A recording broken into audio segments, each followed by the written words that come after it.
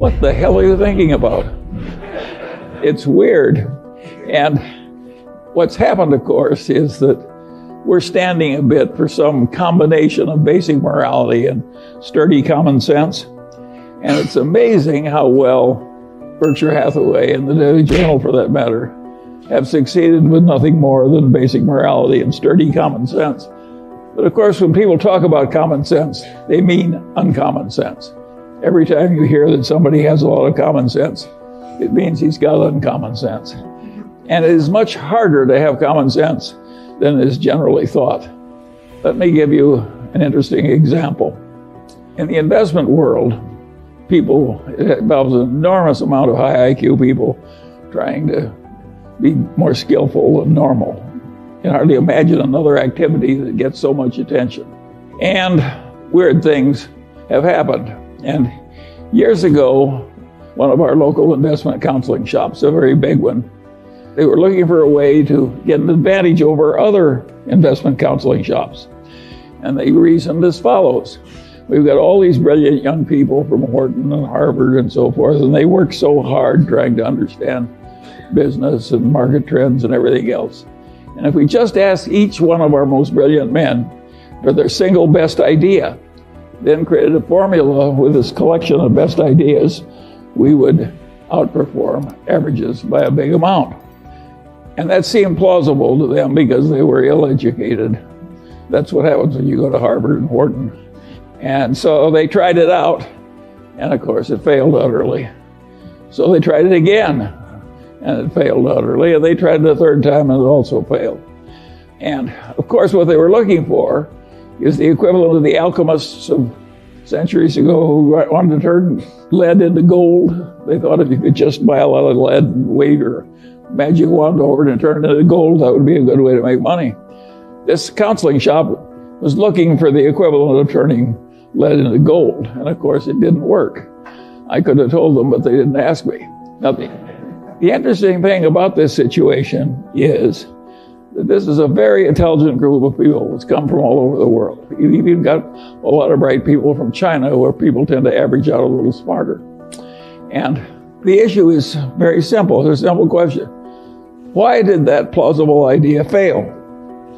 Just think about it for a minute. You've all been to fancy educational institutions. I'll bet you there's hardly one in the audience who knows why that thing failed. That's a pretty ridiculous demonstration I'm making. How can you not know that? It's one of the main activity of America. It's an obvious and important failure. Surely we can explain it. You have to have stayed awake in your freshman college courses to answer that question. But if you ask that question at a Department of Finance, at a leading place, the professors wouldn't answer it right. Now I'm going to leave you that question because I want you perplexed. But that's one you should be able to answer. It shows how hard it is to be rational on something very simple. How hard it is, how many kind of crazy ideas people have and they don't work. You don't even know why they don't work, even though it's perfectly obvious if you've been properly educated. And by the way, my definition of being properly educated is being right when the professor is wrong. Anybody can spit back what the professor tells you. The trick is to know when he's right and when he's wrong. That's the properly educated person. And of course, they're frequently wrong, particularly in the soft sciences. In fact, if you look at a modern elite institution, it's fair to say that a lot of the faculty are a little crazy. It's so left-wing now in the humanities, and it's very peculiar. That's another thing. Why should 90% of the college professors in the humanities be very left-wing? I leave that question for you too. But it happens. Now, a place like Berkshire Hathaway or even the Daily Journal, we've done better than average. And now there's a question, why has that happened? And the answer is pretty simple. We tried to do less. We never had the illusion we could just hire a bunch of bright young people and they would know more than anybody about canned soup and aerospace and utilities and so on and so on and so on. We never had that dream. We never thought we could get really useful information on all subjects, like Jen Kramer pretends to have. And we always realized that if we worked very hard, we could find a few things where we were right. and that a few things were enough, and that was a reasonable expectation. That is a very different way to approach the process. And if you had asked Warren Buffett the same thing that this investment counseling did, give me your best idea this year, and you just followed Warren's best idea, you would find it worked beautifully. But he would, trying to know the whole, he would give you one or two stocks. He had more limited ambitions.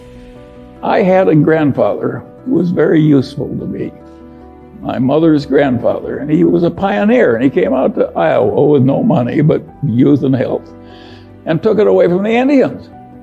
He fought in the Black Hawk, he was a captain in the Black Hawk Wars, and he stayed there, and he bought cheap land, and he was aggressive and intelligent and so forth, and eventually he was the richest man in the town and owned the bank, and highly regarded, in a huge family and a very happy life.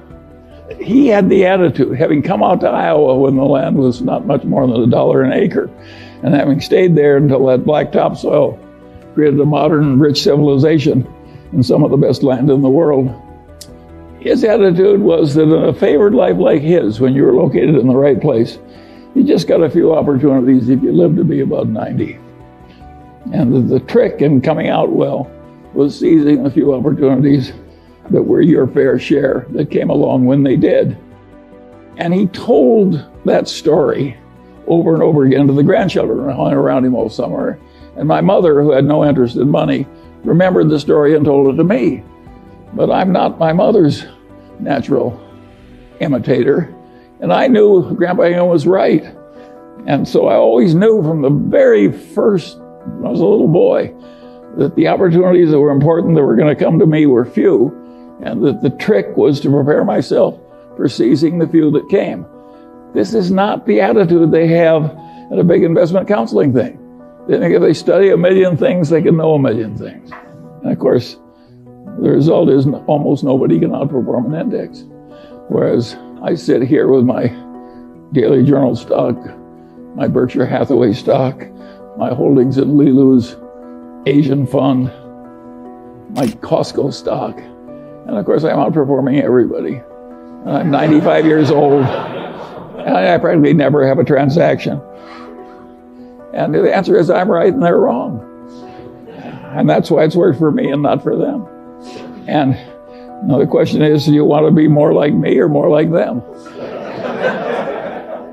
The idea of diversification makes sense to a point. If you don't know what you're doing and you want the standard result and not be embarrassed, well, of course, you can widely diversify.